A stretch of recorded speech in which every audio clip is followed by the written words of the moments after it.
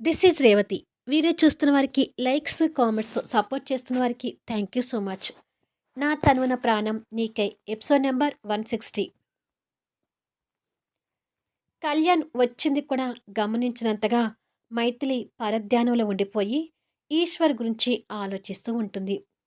కళ్యాణ్ వచ్చి తన మొహం మీద చిటికెలు వేస్తూ "ఏ లోకంలో ఉన్నావు ఎనిమి?" అని అడుగుతాడు. చిటికెల శబ్దంతో మైథిలి తన ఆలోచనల నుంచి బయటకొచ్చి "ఎంతసేపు అవుతుంది కళ్యాణ్ నువ్వొచ్చి?" అని అడుగుతుంది. "నేను వచ్చింది కూడా గమనించినంతగా ఏం ఆలోచిస్తున్నావు?" అని అడుగుతాడు తన పక్కన కూర్చొని టై విప్పుతూ. "ఏమీ లేదులే, కాఫీ తెస్తాను ఉండు" అని చెప్పి మైథిలి వెళ్ళబోతుండగా తన చెయ్యి పట్టుకొని ఆపి పక్కన కూర్చోబెట్టి "ఇప్పుడు నాకు కాఫీ వద్దులే గాని చెర్రీని తీసుకొని సరదాగా బయటకు వెళ్ళొద్దాము. రెడీ అవ్వు" అంటాడు. "అది కళ్యాణ్, ఇప్పుడు నాకు బయటకొచ్చే మూడ్ లేదు" అని అంటుంది. బయటికి వెళ్దామని ఈరోజు ఆఫీస్ నుంచి తొందరగా వస్తే 3 లేదు, 4 లేదు అంటావేంటి ఎనిమి? నువ్వు రెడీ అయితే అదే మూడొస్తుంది గాని కానివ్వు అంటాడు. లేదు కళ్యాణ్, బయటికి రావాలని ఇంట్రెస్ట్ నాకిప్పుడు అస్సలు లేదు. ప్లీజ్ అంటుంది. ఏమైంది ఎనిమి? హెల్త్ ఏమైనా బాగలేదా? అంటూ తన నుదురు పట్టుకొని చూస్తాడు. అదేం లేదు కళ్యాణ్, నేను బాగానే ఉన్నాను అంటుంది కాస్త బాధపడుతూ. మరెందుకు అలా ఉన్నావు అని అడుగుతాడు. అది కళ్యాణ్, ఈశ్వర్ గురించి నీతో మాట్లాడాలి అంటుంది. అతని పేరు తీసుకురాగానే కళ్యాణ్ నొసలు కోపంతో ముడుచుకుంటూ, అతని టాపిక్ మళ్ళీ మన మధ్యకు రావద్దని ఆల్రెడీ నీకు చెప్పాను కదా ఎనిమి, మళ్ళీ ఎందుకు అతని గురించి మాట్లాడుతున్నావు అంటూ చిన్నగా సీరియస్ అవుతాడు.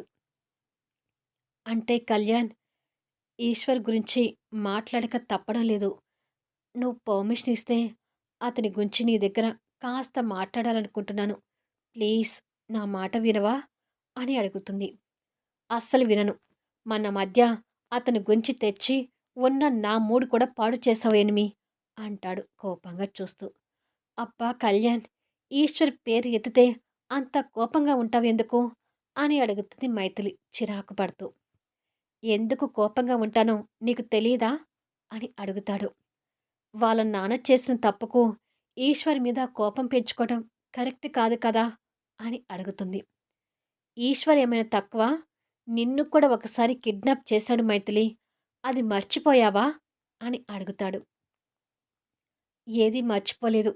కానీ మనుషులు ఎప్పుడూ ఒకేలాగా ఉంటారనుకోవడం కూడా పొరపాటు కళ్యాణ్.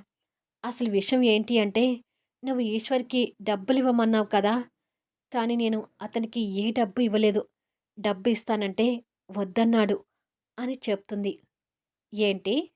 అతను డబ్బు వద్దని చెప్పాడా? ఇదేదో నాకు అనుమానంగా ఉంది అంటాడు కళ్యాణ్ ఆలోచిస్తూ. ఇందులో అనుమానం ఏముంది? నేను 2,00,00,000 ఇస్తే బుద్ధిగా వాటిని తీసుకొచ్చి తిరిగి ఇవ్వలేదా అంటుంది మైథిలి. కళ్యాణ్ కబోర్డ్ దగ్గరికి వెళ్ళి టవల్ తీసుకుంటూ అతను ఏ ఉద్దేశంతో తిరిగి ఇచ్చాడో నేను కరెక్ట్‌గా గెస్ చేయలేకపోతున్నాను. సరేలే, నువ్వు డబ్బు ఇస్తానన్నావు. అతను వద్దని వెళ్ళిపోయాడు. నిజంగానే ఈశ్వర్ నిజాయితీతో డబ్బు వద్దని చెప్పి ఉంటే పర్వాలేదు.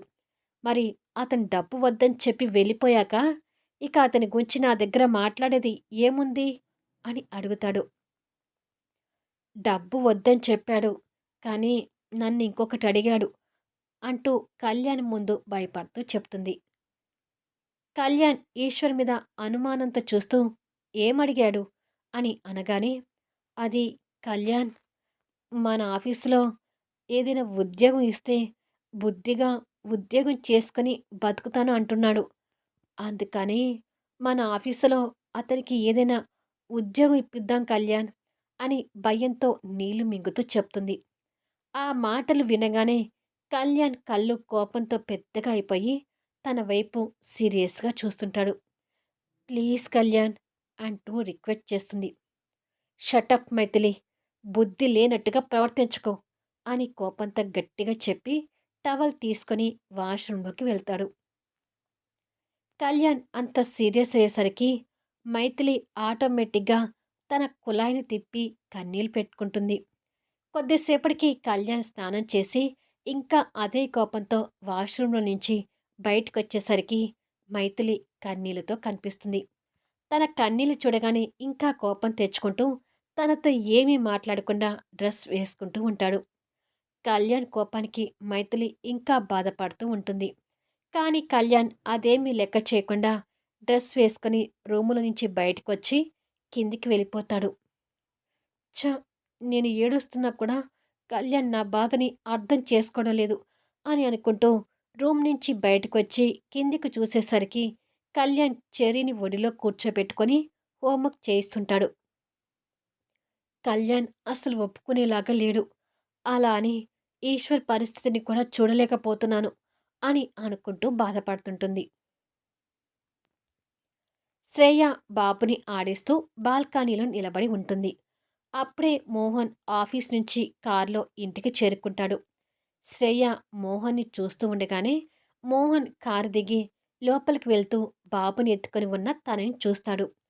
తనని చూడగానే శ్రేయ ఆర్యాల సంభాషణ తల్లి చెప్పడం గుర్తొస్తుంది. మోహన్‌కి అలవాటైన బాబు మోహన్ చూడగానే నవ్వుతూ కేరింతలు కొడుతుంటాడు.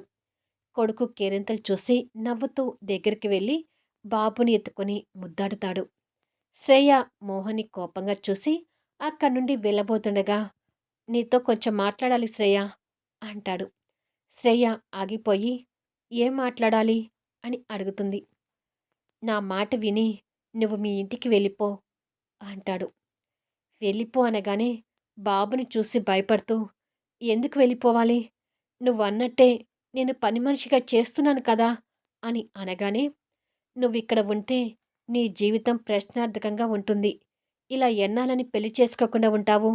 అందుకే వెళ్ళిపోయి నీకంటూ ఒక కొత్త జీవితాన్ని చూసుకో" అంటాడు. "నాకు బాబుని ఇస్తావంటే ఇప్పటికిప్పుడే ఇక్కడి నుండి వెళ్ళిపోయి కొత్త జీవితాన్ని చూసుకుంటాను. చెప్పు మరి నాకు బాబుని ఇస్తావా?" అని అడుగుతుంది. ఆ మాట వినగానే మోహన్ ఆప్యాయంగా బాబు వెన్ను మీద చెయ్యి వేసి హత్తుకుంటూ, "అది ఎప్పటికీ జరగని పని" అంటాడు. "అయితే బాబుని వదిలి వెళ్ళిపోవడం కూడా జరగని పని" అంటుంది కోపంగా చూస్తూ. "నీ గురించి నీ స్నేహితుడు, మీ అమ్మా నాన్న బాధపడుతున్నారు. వాళ్ళని చూసైనా నీ నిర్ణయం మార్చుకుంటే మంచిది శ్రేయ" అంటాడు.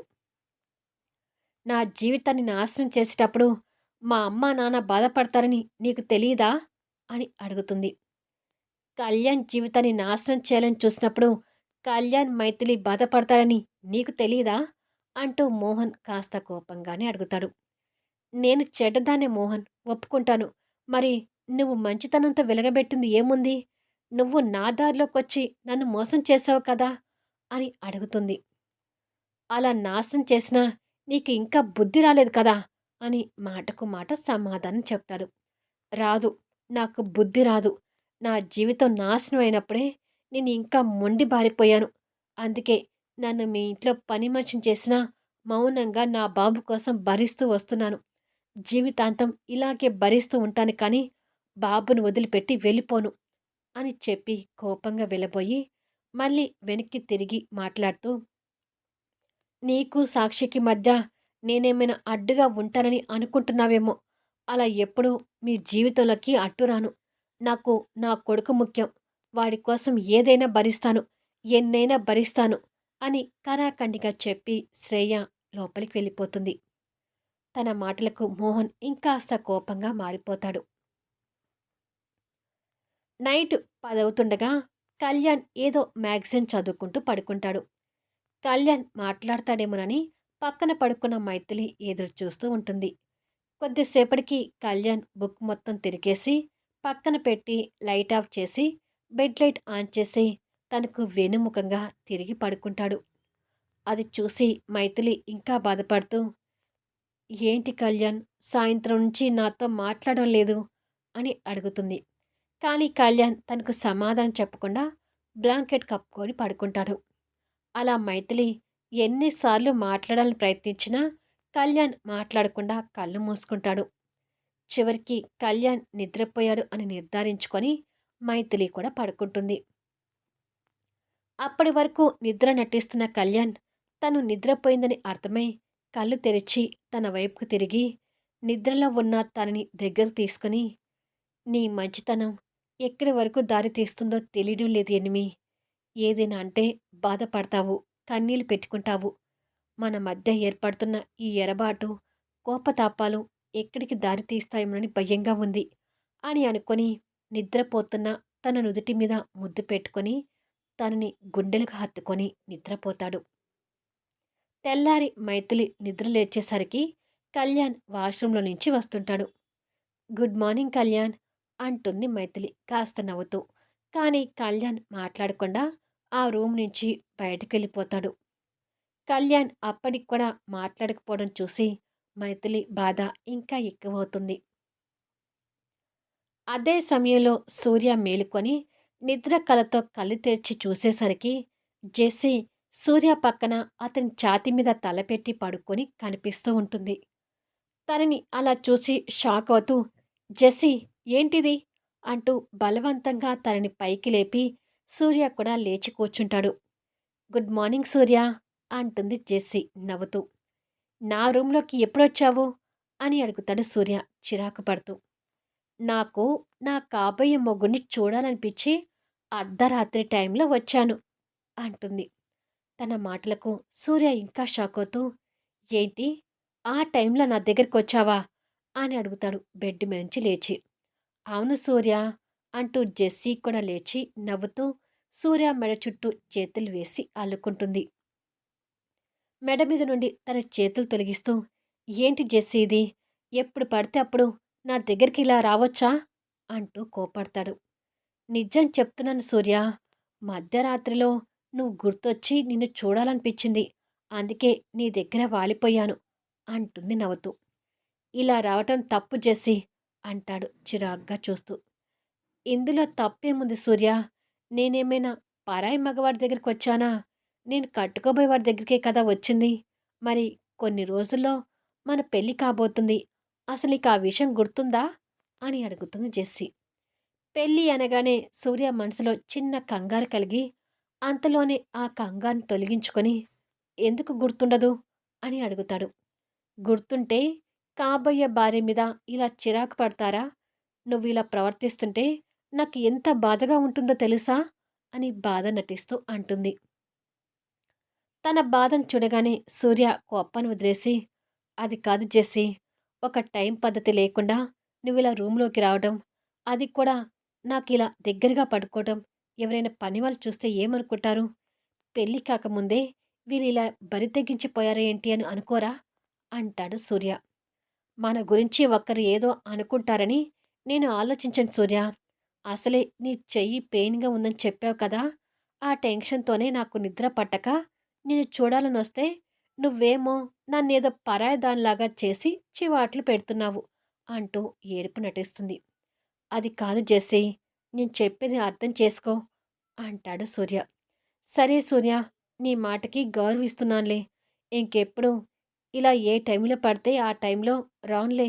సారీ" అని చెప్తుంది. "సారీ ఏమీ వద్దు. కానీ నువ్విలా వస్తే ఆంటీకి కూడా నచ్చదు. మీ అమ్మగారి కోసమైనా నా మాట వినాలి" అని చెప్పి, "సరే నువ్వు ఇంటికి వెళ్ళు. నేను రెడీ అయ్యి ఆఫీస్‌కి వెళ్తాను" అంటాడు.